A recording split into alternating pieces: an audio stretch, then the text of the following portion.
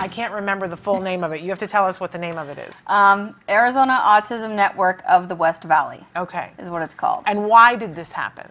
Well, the Phoenix area, it's a large area. It's kind of like LA, where it takes 2 hours to get from northeast to southwest and so forth. So it takes a while, and there's a lot of resources and very awesome agencies out in the East Valley. Well, there's a lot of education and guest speakers that do education and monthly meetings in the East Valley, but there wasn't anything really big in the West Valley.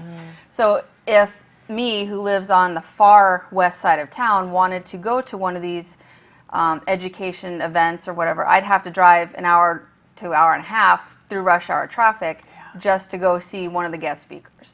So I actually did that because they were talking about summer camps, and I was wanting to see about getting Connor into a summer camp. Well, I went there, and of course everything was in the East Valley. I'm like, okay, this is pointless, But then the more I listened, I was like, we need something like this in the West Valley. So went back, and of course social media, I posted it on Facebook and said, that was a great event. We need something like this in the West Valley. And all of a sudden this other autism mom who I had never met before, Yvonne, she chimes in and she goes, well, let's do it. I'm like, okay. So we did it. So that was the creation of the Autism Network of the West Valley. So now we've teamed up with Autism Society of Greater Phoenix and Evan, which is the East Valley Autism Network. So those two we've teamed up with, so we kind of help promote them and they help promote us, and we're going to piggyback off their guest speakers and bring those to the West Valley as well. So, amazing. Yeah. So you've got a very full plate, but on top of that, you've been a top volunteer for Autism Speaks over the last couple of years. And lest anyone forget, you work more than one full-time job. You're a very, very busy person.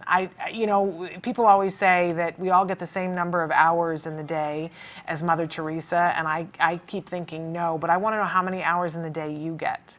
Or are you just not sleeping? My average sleep time is about 4 to 3 to 5 hours, maybe. Wow. I don't know. You're significantly younger than me. I want to know in a decade or so if you're able to do that. I want you to get some more sleep, Kerrie. Okay. It's important that you get some more sleep. But this is a very crucial time for you. You've been working with your son and making lots of progress. But this is the year that you have one of the biggest transitions, because what starts in the fall? Oh, he starts kindergarten. Yeah, it's a big deal. Yeah, it is. And so what's in place? What are you going to be doing?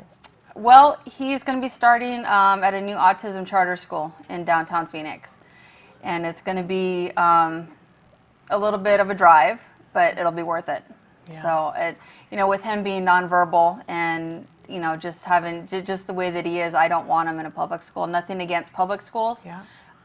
But me personally, for my son, I didn't want him in a public school not being able to talk yet. Yeah. And his previous habilitation provider from Hope Group is actually one of the paras in charge over at the school. So he'll know somebody over there, and he'll help kind of transition him and keep in contact. And I've just heard so many good things about the school in general. Yeah. It's comforting to know. And, up until this year, it's really been the only school closest to us. And again, it's still almost 21 miles away from my house.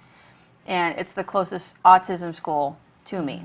And just this fall, we're opening, or the Phoenix Valley is opening a new autism school that's a private school closer to me, but he had already gotten into the charter school. So I remember the day on Facebook you posted you were so nervous and you were so excited when he did get in. Yeah. It's a great feeling. It was a process. Yeah. So we asked the question last week, what are you doing during the summer to get ready for the fall? What's on the agenda? Did you find a camp? I did not. Okay. No, because we don't, like I said, there's not really anything in the West Valley, which is what we're trying to change. Yeah. We're, with our group that we're starting here, the Arizona Autism Network, we're going to be doing a lot of social events. We've got a pool party that we actually just planned on the way here, and haven't really set aside a date. With another West Valley group that's starting up as well. So, with the two West Valley groups starting up, between the two of us and teaming up like this together to do events like this, I don't think he'll have any issues, getting any kind of social groups or whatever. Very cool. As far as a camp, in my personal feeling, I don't really want to send him to a camp per se where I drop him off and leave him with people that I don't know. Yeah. That's another issue for me. You know, that's could be my overprotectiveness. I don't know. Welcome to the club. But, yeah. there's a big group of us Yeah. that feel exactly the same way. You want to know when you're dropping your child off with anyone who they are. You want to know that they know how to deal with autism, and if they don't, we don't drop off. Right. And that's a hard thing to find, and providers need to know that. They need to know that. I get told all the time I'm a helicopter mom, and I say yes. What's your point? Right? Yeah. It's kind of what we do. But it sounds like you have a lot of things planned to make sure that he's got that interaction, and that's really what it's all about. Yeah, he's got some amazing therapists that are going to be working with him over the summer and keeping him involved in things. One of them is here today. But yeah, they're definitely going to keep him active in social events and stuff like that while I'm at work. And when I'm not at work, we'll figure it out. Very good. Anything, a bit of advice or something you want to tell the folks at home that are watching in terms of, because you've done a lot and you've gotten a lot done, and he's doing really wonderfully. He is. Any advice for what has kept you going and helped you to keep yourself motivated? The main thing that I keep telling myself is that he's going to get there. You know, it may not be today, it may not be tomorrow, but he's going to get there. Yeah. So I just have to keep looking at the big picture. Yeah. I was sitting here watching him with my cousin this morning, and she was sitting there tickling him, and he was just giggling away, and I started thinking, you know what? One of these days he's going to turn around and he's going to say, "That's funny." Yes. You know, but he'll get there. Yeah. It's very clear that he's going to get there. He's a smart boy, and you're doing a great job. Thanks. So where can we send people so that they can make sure that they find out about I can't think of the name of it still. Say it for me one more time.